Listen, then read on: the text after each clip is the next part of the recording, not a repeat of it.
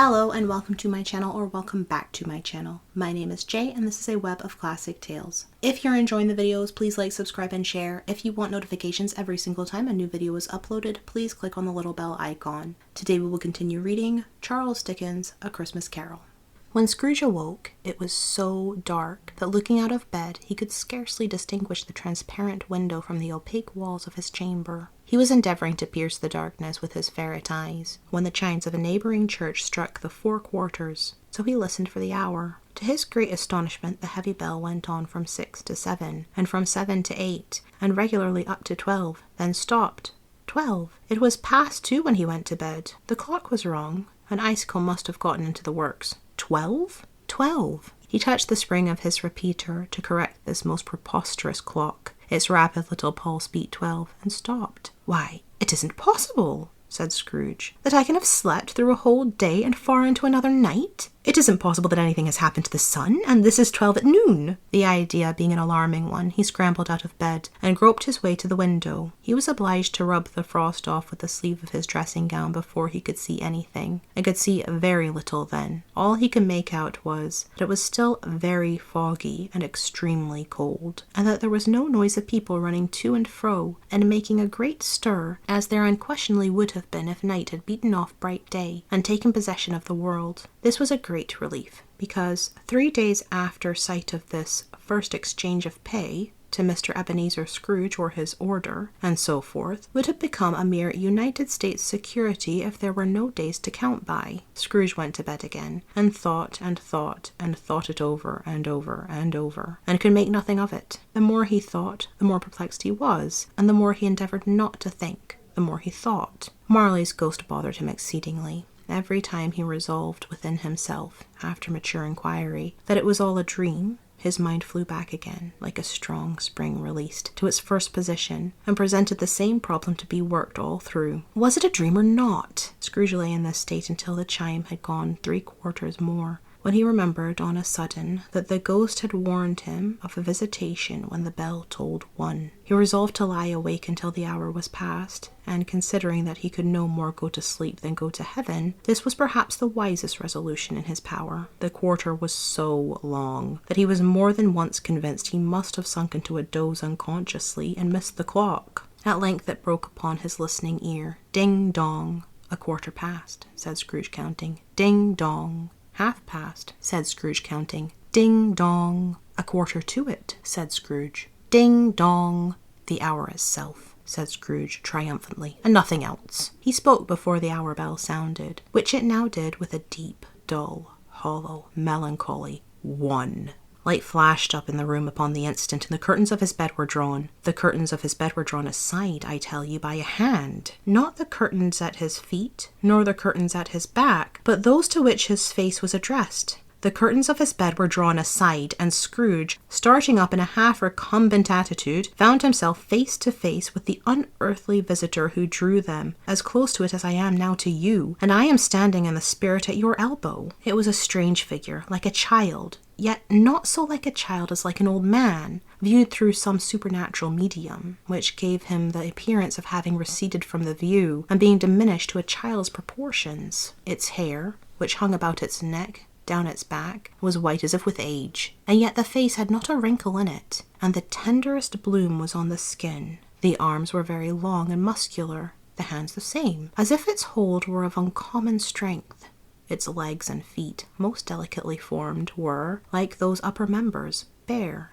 It wore a tunic of the purest white, and round its waist was bound a lustrous belt, the sheen of which was beautiful. It held a branch of fresh green holly in its hand, and in singular contradiction of that wintry emblem, had its dress trimmed with summer flowers. But the strangest thing about it was, that from the crown of its head there sprung a bright, clear jet of light, by which all this was visible, and which was doubtless the occasion of its using, in its duller moments, a great extinguisher for a cap, which it now held under its arm. Even this, though, when Scrooge looked at it with increasing steadiness, was not its strangest quality, for as its belt sparkled and glittered, now in one part and now in another, and what was light one instant, at another time was dark, so the figure itself fluctuated in its distinctness, being now a thing with one arm, now with one leg, now with 20 legs, now a pair of legs without a head, now a head without a body, of which dissolving parts no outline would be visible in the dense gloom wherein they melted away. And in the very wonder of this, it would be itself again,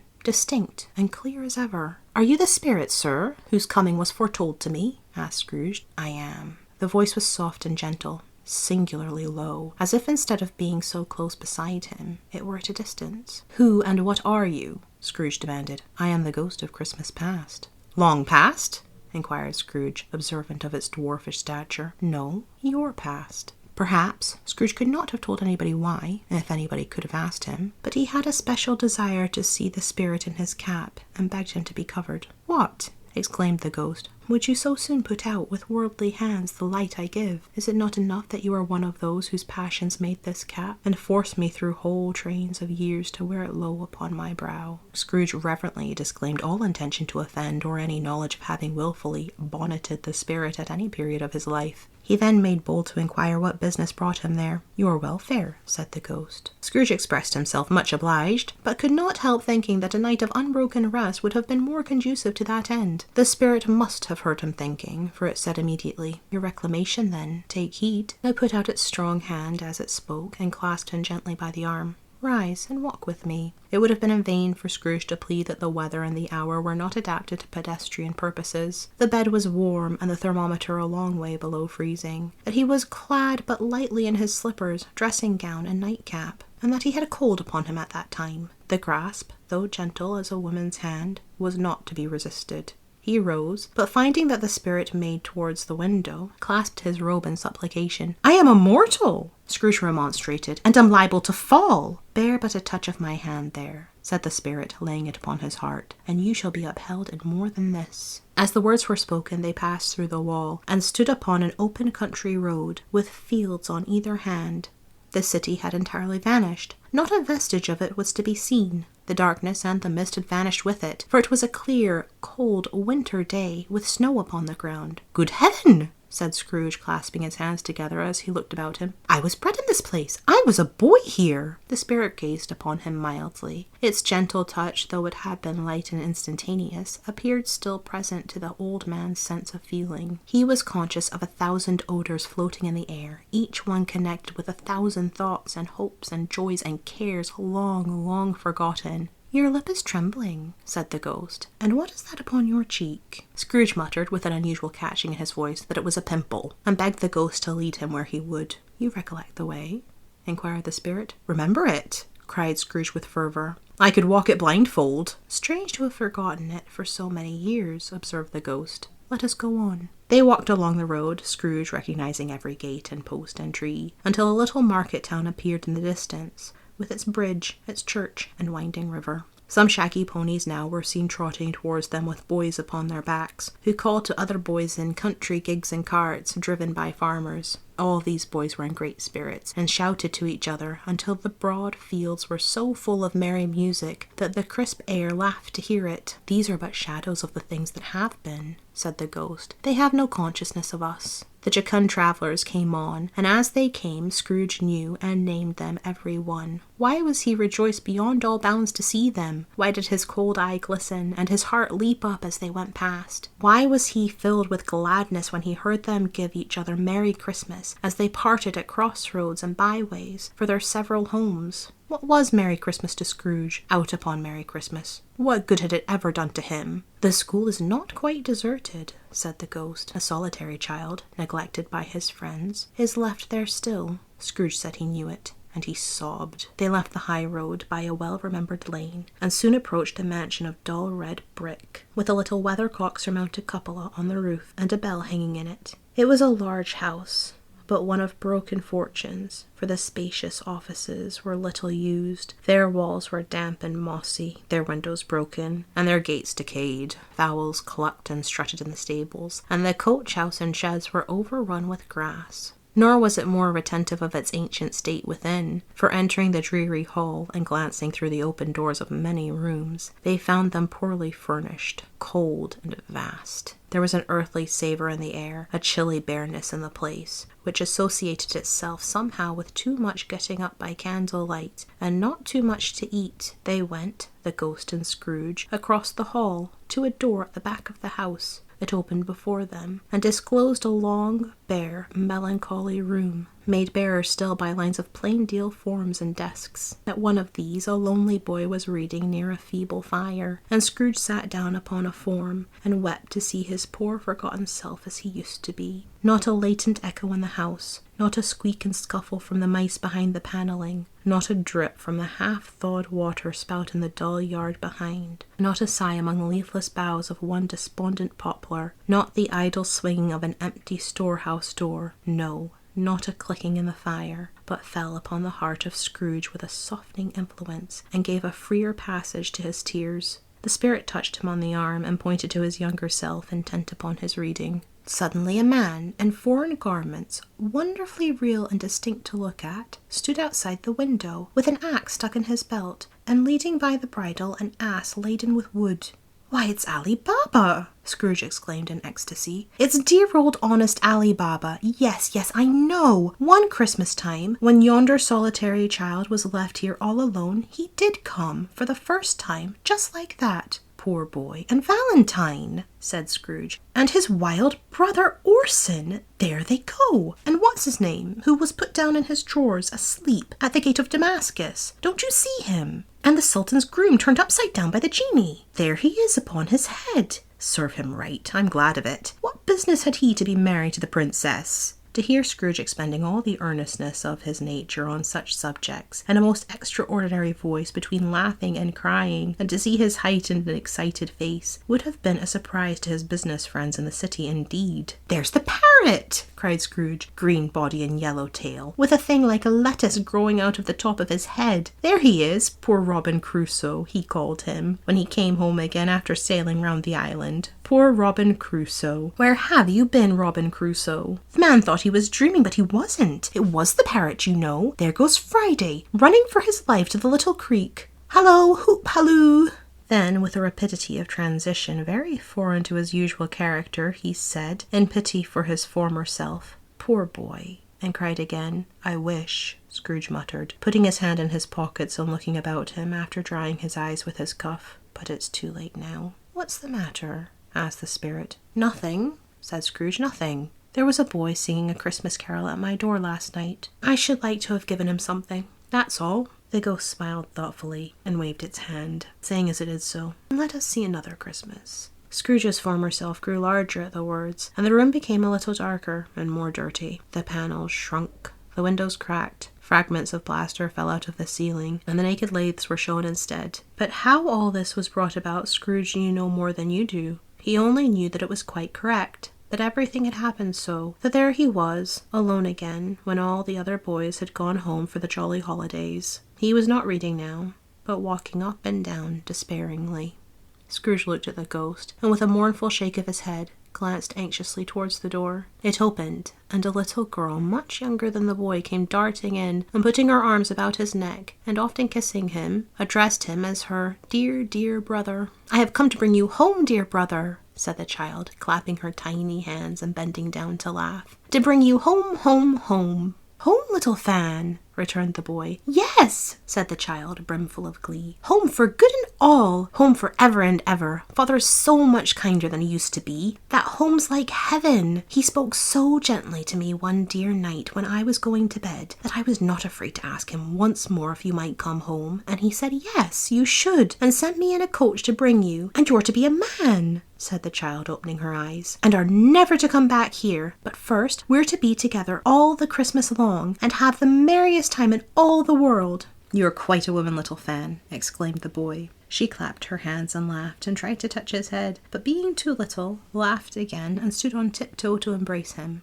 Then she began to drag him, in her childish eagerness, towards the door, and he, nothing loath to go, accompanied her. A terrible voice in the hall cried, "Bring down Master Scrooge's box, there!" and in the hall appeared the schoolmaster himself, who glared on Master Scrooge with a ferocious condescension, and threw him into a dreadful state of mind by shaking hands with him. He then conveyed him and his sister into the veriest old well of a shivering best parlour that ever was seen, where the maps upon the wall, and the celestial and terrestrial globes in the windows, were waxy with cold. He produced a decanter of curiously light wine, and a block of curiously heavy cake, and administered instalments of those dainties to the young people, at the same time sending out a meagre servant to offer a glass of something to the postboy, who answered that he thanked the gentleman, but if it was the same tap as he had tasted before, he had rather not. Master Scrooge's trunk being by this time tied on to the top of the chaise, the children bade the schoolmaster good-bye right willingly, and getting into it, drove gaily down the garden sweep, the quick wheels dashing the hoar frost and snow from off the dark leaves of the evergreens like spray. Always a delicate creature, whom a breath might have withered, said the ghost, but she had a large heart.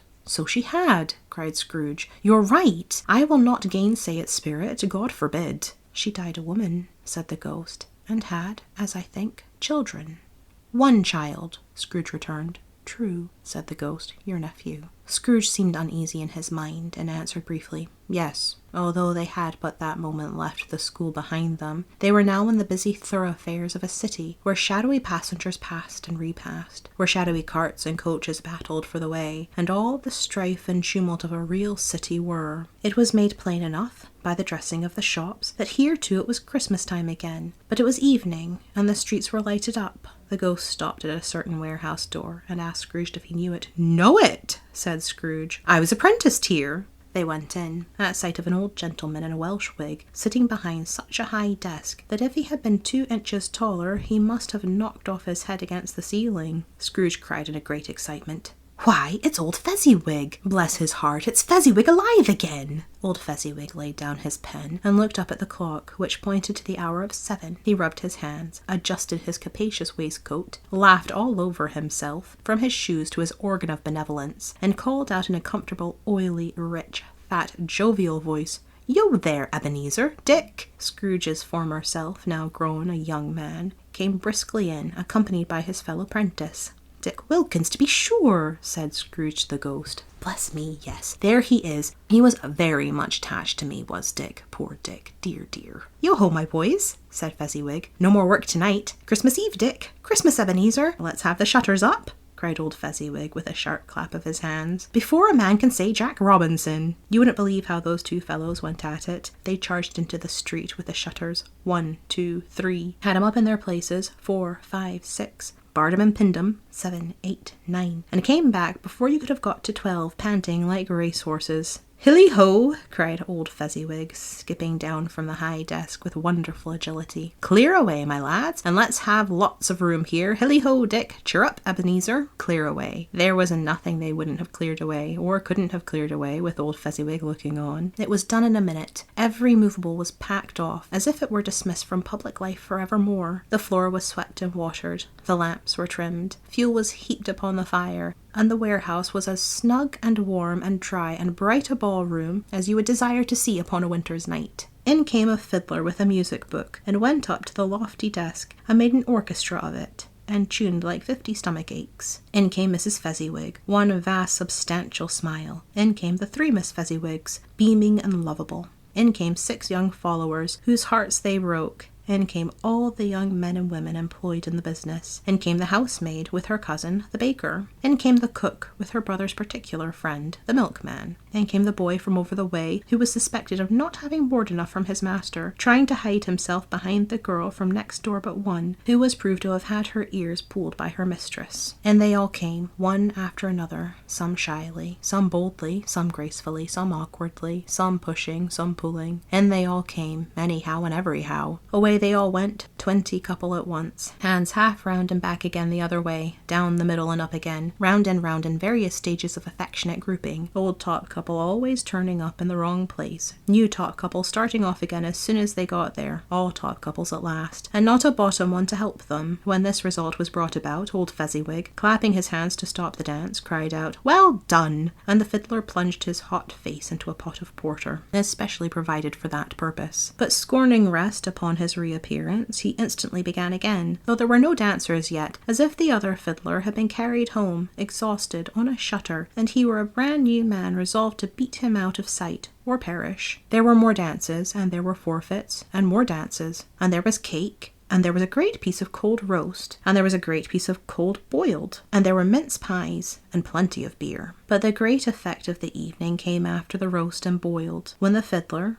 an artful dog mind, the sort of man who knew his business better than you or I could have told it him, struck up Sir Roger de Coverley. Then old Fezziwig stood out to dance with Mrs. Fezziwig, top couple too, with a good stiff piece of work cut out for them. 3 or 4 and 20 pair of partners, people who were not to be trifled with, people who would dance, and had no notion of walking. But if they had been twice as many, 4 times, old Fezziwig would have been a match for them, and so would Mrs. Fezziwig. As to her, she was worthy to be his partner in every sense of the term. If that's not high praise, tell me higher and I'll use it. A positive light appeared to issue from Fezziwig's calves. They shone in every part of the dance like moons. You couldn't have predicted, at any given time, what would have become of them next. And when old Fezziwig and Mrs. Fezziwig had gone all through the dance, advance and retire, both hands to your partner, bow and curtsy, corkscrew, thread the needle, and back again to your place, Fezziwig cut so deftly that he appeared to wink with his legs, and came upon his feet again without a stagger. When the clock struck 11, this domestic ball broke up. Mr. and Mrs. Fezziwig took their stations, one on either side of the door, and shaking hands with every person individually as he or she went out, wished him or her a Merry Christmas. When everybody had retired but the 2 prentices, they did the same to them, and thus the cheerful voices died away, and the lads were left to their beds, which were under a counter in the back shop. During the whole of this time, Scrooge had acted like a man out of his wits. His heart and soul were in the scene, and with his former self. He corroborated everything,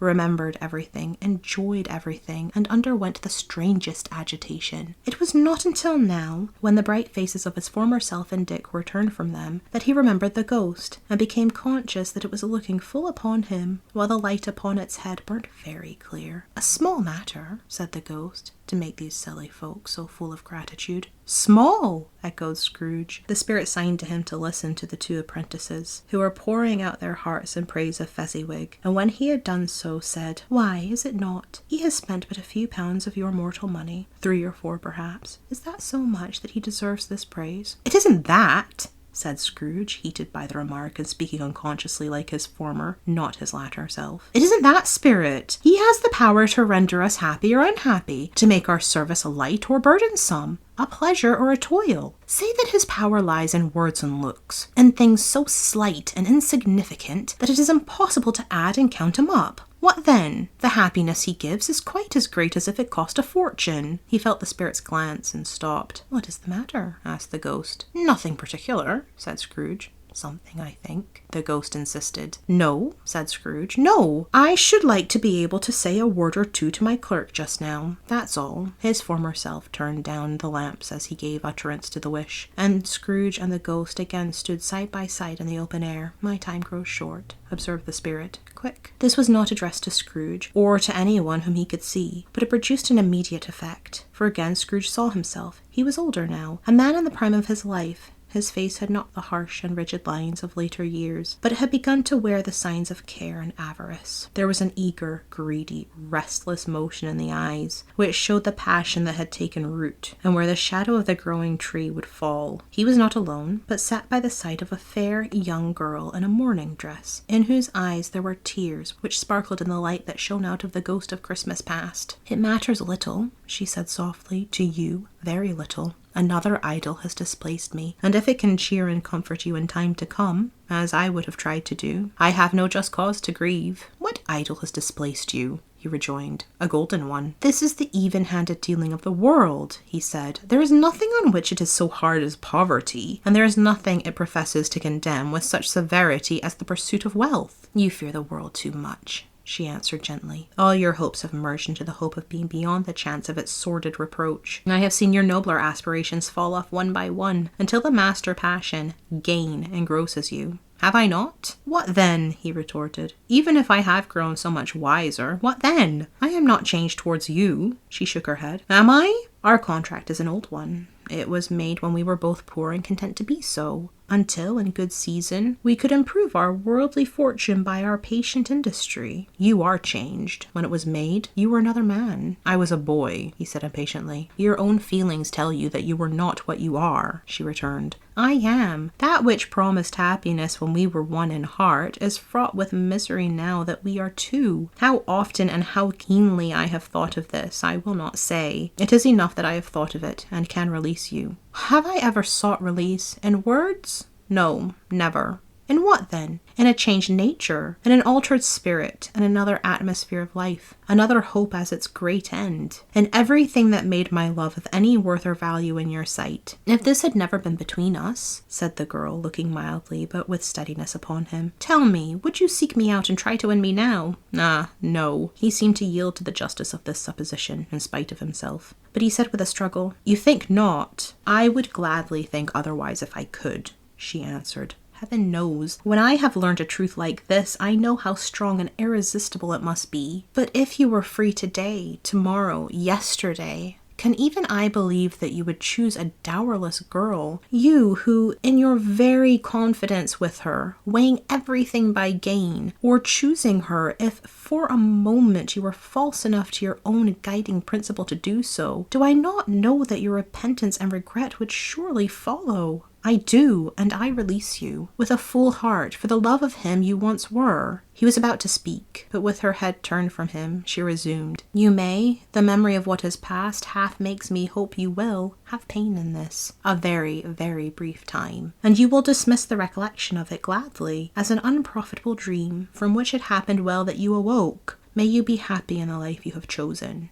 She left him, and they parted. Spirit, said Scrooge, show me no more. Conduct me home. Why do you delight to torture me? One shadow more, exclaimed the ghost. No more, said Scrooge. No more. I do not wish to see it. Show me no more. But the relentless ghost pinioned him in both his arms, and forced him to observe what happened next. They were in another scene and place. A room not very large or handsome, but full of comfort. Near to the winter fire sat a beautiful young girl, so like the last that Scrooge believed it was the same, until he saw her, now a comely matron, sitting opposite her daughter. The noise in this room was perfectly tumultuous, for there were more children there than Scrooge in his agitated state of mind could count, and, unlike the celebrated herd in the poem, they were not 40 children conducting themselves like one, but every child was conducting itself like 40. The consequences were uproarious beyond belief, but no one seemed to care. On the contrary, the mother and daughter laughed heartily, and enjoyed it very much, and the latter, soon beginning to smile in the sports, got pillaged by the young brigands most ruthlessly. What would I not have given to be one of them, though I never could have been so rude, no. I wouldn't for the wealth of all the world have crushed that braided hair and torn it down, and for the precious little shoe I wouldn't have plucked it off, bless my soul, to save my life. As to the measuring her waist in sport, as they did, bold young brood, I couldn't have done it. I should have expected my arm to have grown round it for a punishment, and never come straight again. And yet I should have dearly liked, I own, to have touched her lips, to have questioned her, that she might have opened them, to have looked upon the lashes of her downcast eyes, and never raised a blush, to have let loose waves of hair, an inch of which would be a keepsake beyond price. In short, I should have liked, I do confess, to have had the lightest license of a child, and yet to have been man enough to know its value. But now a knocking at the door was heard, and such a rush immediately ensued that she, with laughing face and plundered dress, was borne towards it, the centre of a flushed and boisterous group, just in time to greet the father, who came home attended by a man laden with Christmas toys and presents. Then the shouting and the struggling, and the onslaught that was made on the defenceless porter, the scaling him with chairs for ladders, to dive into his pockets, to spoil him of brown paper parcels, hold on tight by his cravat, hug him round his neck, pommel his back, and kick his legs in irrepressible affection. The shouts of wonder and delight with which the development of every package was received. The terrible announcement that the baby had been taken in the act of putting a doll's frying pan into his mouth, and was more than suspected of having swallowed a fictitious turkey glued on a wooden platter. The immense relief of finding this a false alarm. The joy and gratitude and ecstasy. They are all indescribable alike. It is enough that by degrees the children and their emotions got out of the parlour, and by one stair at a time, up to the top of the house, where they went to bed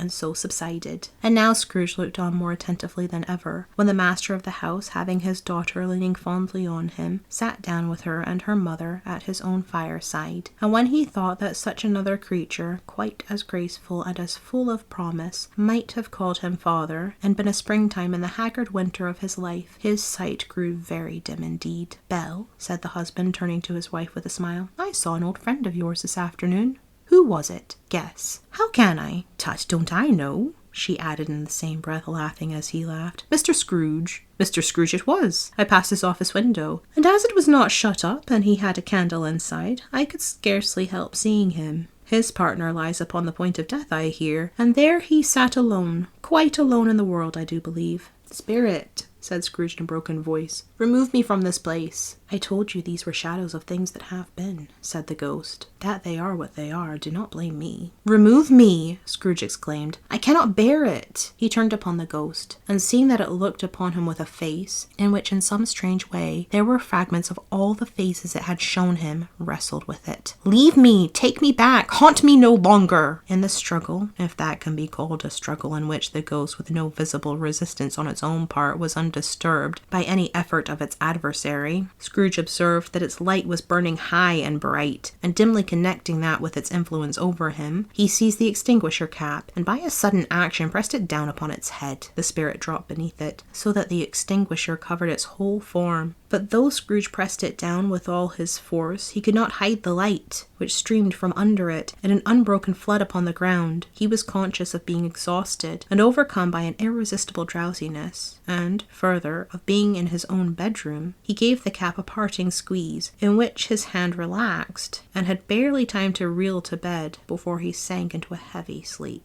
Thank you for listening. This has been Charles Dickens' A Christmas Carol, Chapter 2. I've been Jay. This has been a Web of Classic Tales. Please like, subscribe, and share. Click the bell icon for notifications. I hope you're having a fantastic day. Have a nice life, and I'll see you next time.